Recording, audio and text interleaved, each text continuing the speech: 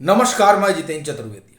ये जो पीसीआर है उसने अरविंद केजरीवाल सरकार की नींद उड़ा दी है। अब ये आपके मन में सवाल उठेगा कि दरअसल ये पीसीआर किस चिड़िया का नाम है। तो इसे दरअसल हम लोग डिकोड करेंगे कि पी क्या है, सी क्या है और आर क्या है।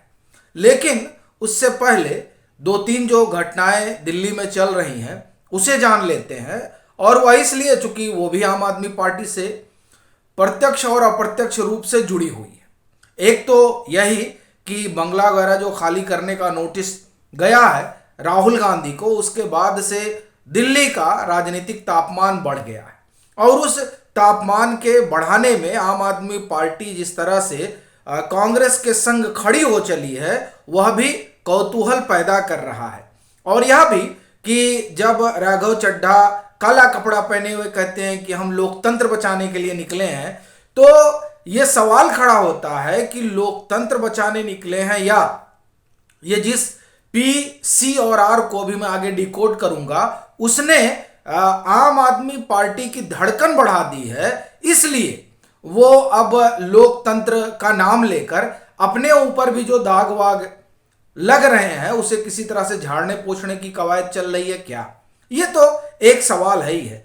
दूजा ये कि दिल्ली का विधानसभा सत्र आप जान ही रहे हैं, आजकल खूब माहौल बना हुआ है। उसमें आशा ये थी कि जो विधानसभा सत्र चलेगा तो उसमें अरविंद केजरीवाल बात करेंगे दारू घोटाले की, जो तमाम आरोप लगे हैं। लेकिन देखिए, जो लोकतंत्र की दुहाई दे रहे हैं वो दिल्ली विधानसभा में दारू घोटाले की बात नहीं कर रहे हैं। कायदे से करना चाहिए। अब चूंकि वहां विपक्ष के नाम पर आप देखिए सिर्फ 8 विधायक भाजपा के, तो अब एक तरह से आप कहें कि इस पर वो चर्चा नहीं कर रहे हैं। सदन किस पर वो बोल रहे हैं? सदन में वो बोल रहे हैं अडानी पर, और खूब उन्होंने अडानी पर आप ये कहिए कि अडानी के बहाने नरेंद्र मोदी पर हमला किया, लेकिन दारू घोटाले पर बात नहीं हुई।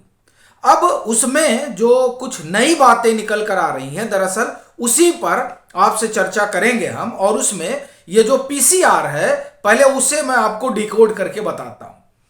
पी मतलब पीए, पर्सनल असिस्टेंट, तो वो हो गया पीए। और सीए चार्टर्ड अकाउंटेंट, और आर में सीडीआर। तो ये जो पीए, सीए और सीडीआर, पीए वो हमने बताया, सीए और सीडीआर कॉल डिटेल। तो ये तीन जो चीजें हैं दरअसल इन तीन सुराग ने आम आदमी पार्टी की सरकार की अगुवाई में जो ये दारू घोटाला हुआ है उस घोटाले में ये तीन चीजें जो है ये नया ट्विस्ट ला रही हैं। अगर हम बात पीए से शुरू करते हैं तो पीए में आप देखिए अरविंद केजरीवाल के पीए को भी बुलाया गया था और पूछताछ हुई थी। और अभी जिन्हें आज बुलाया गया, संभवतः आज ही पूछताछ हुई है, देवेंद्र शर्मा जो मनीष सिसोदिया के पीए, ये वही देवेंद्र शर्मा है जिन्होंने बताया था कि हमारे नाम पर सिम लिया गया था और फोन भी लिया गया था, पैसा हमने दिया था, ये फोन का खेल है, वही देवेंद्र शर्मा है। और उन देवेंद्र शर्मा को फिर से बुलाया गया, ईडी अपना जो इंक्वायरी कर रही है उस लिहाज से, क्योंकि दारू घोटाले में कई चीजें ईडी के सामने आ रही हैं। और कहा यह जा रहा है कि तीसरी जो है वो सप्लीमेंट्री चार्जशीट या चार्जशीट आप कहें वो ईडी दाखिल करने की तैयारी में है। और ये आप देखिए ये ऐसे समय में होगा जब मनीष सिसोदिया अंदर है, के कविता से पूछताछ कई बार हो चुकी है, बुची बाबू जो पूर्व अकाउंटेंट हैं के कविता के उनसे 10 से 15 बार पूछताछ हो चुकी है, अरुण रामचंद्र पिल्लई से लंबी पूछताछ हो चुकी है। इस तरह के कई महत्वपूर्ण लोगों से ईडी ने पूछताछ की है। और ईडी ने कोर्ट के सामने यह बताया था कि दरअसल इसमें अरविंद केजरीवाल और संजय सिंह की किस तरह से भूमिका है। ये तमाम चीजें जो कोर्ट में ईडी ने रेखांकित की थी उससे एक बात तो स्पष्ट है कि जो ये चार्जशीट आएगी ईडी की, उस चार्जशीट में बहुत कुछ सनसनीखेज आने वाला है। तो जाहिर तौर पर धड़कन तो बढ़ेगी। और उस पर जो मनीष सिसोदिया के पीए ने बताया होगा वो, तो ये बात जाहिर तौर पर दिल्ली सरकार भी देख रही है, आम आदमी पार्टी के अगुआ भी देख रहे हैं और वही सरकार के अगुआ भी हैं। तो वो उनको इस बात का अनुमान है कि क्या चीजें आने जा रही। एक दूसरा, जब हम कह रहे हैं सीए तो चार्टर्ड अकाउंटेंट के कविता के बुच्ची बाबू, वो उनके पूर्व चार्टर्ड अकाउंटेंट, उन्होंने भी बहुत कुछ बातें बताई है। और खास तौर से हवाला ट्रांजैक्शन वाला जो मसला है, उस मसले पर उन्होंने जो ईडी को बताया है कि 6 फोन जो है इस वजह से इधर उधर गए। लेकिन इसमें जो बड़ी बात है वो ये कि के कविता सुप्रीम कोर्ट गई थी, वहां से उन्हें कोई राहत तो नहीं मिली, लेकिन ये जरूर हुआ है कि घर वगैरह जाकर ईडी जो है वो पूछताछ करे उसमें। लेकिन एक जो बड़ी चीज है वो ये कि ईडी ने एक पत्र भेजा है के कविता को, ज्वाइंट डायरेक्टर ने ईडी के, और दरअसल इस पत्र ने बड़ा ट्विस्ट ला दिया। उन्होंने कहा है कि आप एक काम करिए, आप किसी को भेज दीजिए और वो आए और उनकी मौजूदगी में जो उन्होंने 10 फोन रखे हैं उसका डाटा रिकवर किया जाएगा उनकी मौजूदगी में। अब ये देखिए ईडी जो है वो कितना प्रिकॉशन ले रही है कि आपका लोग हो तब हम डाटा उसमें से निकालेंगे, नहीं तो आप ये कह देंगे कि हमारे फोन में ये डाटा था ही नहीं और इन्होंने प्लांट कर दिया। चूंकि ये तो कहा ही जा रहा है कि साहब हमने कुछ किया ही नहीं, ये लोग जबरदस्ती फोन वाली बात कर रहे हैं, फोन में ऐसा कुछ है ही नहीं, हमने कोई फोन डिस्ट्रॉय किए ही नहीं। जबकि ईडी बार बार ये कह रही है कि ये जो कॉल रिकॉर्ड है फोन का, जिसे हम सीडीआर कह रहे हैं, call data record, call data record जो है फोन का, वो बड़ा महत्वपूर्ण है इस पूरी छानबीन में।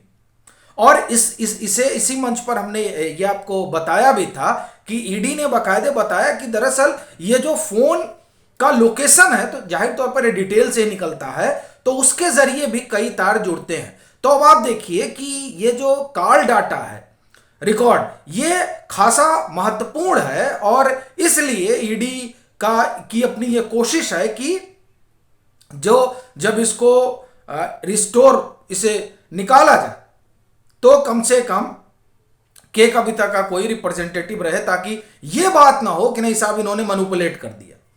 तो अब ये 3 चीजें जो हैं, जिसे हमने पहले कहा पीए, सीए चार्टर्ड अकाउंटेंट और सीडीआर, ये 3 चीजें जिस तरीके से सामने आ रही हैं और यहां से जो बातें निकल रही हैं दारू घोटाले से जुड़ी हुई, उन बातों ने अरविंद केजरीवाल हो, मनीष सिसोदिया हो, या वो तमाम लोग जो इस पूरे मामले से जुड़े हुए हैं, उन सब की नींद उड़ गई है।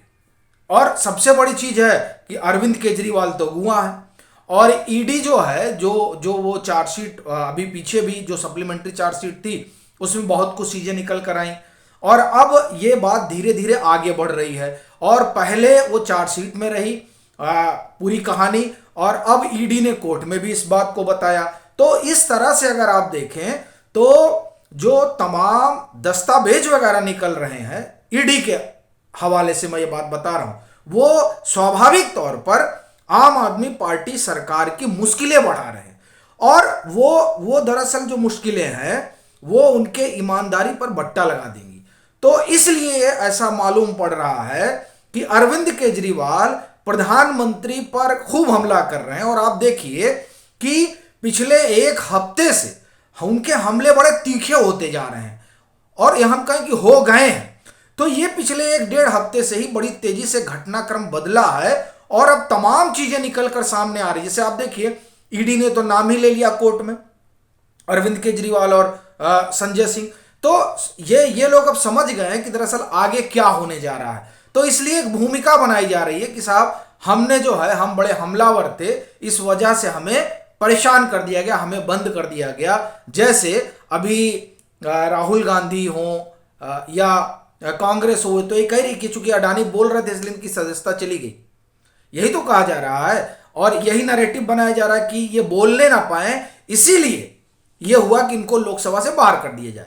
तो अरविंद केजरीवाल भी ये सब भूमिका बना रहे हैं ताकि जब आने वाले कल में कुछ ऐसा हो, तो वो दरअसल इसे रख सकेंगे। देखिए, हम तो आपसे पहले ही कह रहे थे कि ऐसा हो जाएगा। तो ये वजह अभी फिलहाल समझ में आ रही है, लेकिन इस पूरे मामले में जो तमाम सुराग ईडी जुटा रही है वो दरअसल आने वाले समय में ऐसा लगता है कि इनकी जो है समस्या ज्यादा बढ़ जाएगी। अभी के लिए फिलहाल इतना ही। अगर आप मतांतर से नहीं जुड़े हैं तो जुड़िए, वीडियो को लाइक कीजिए, शेयर कीजिए और अपने सुझाव जरूर साझा कीजिए।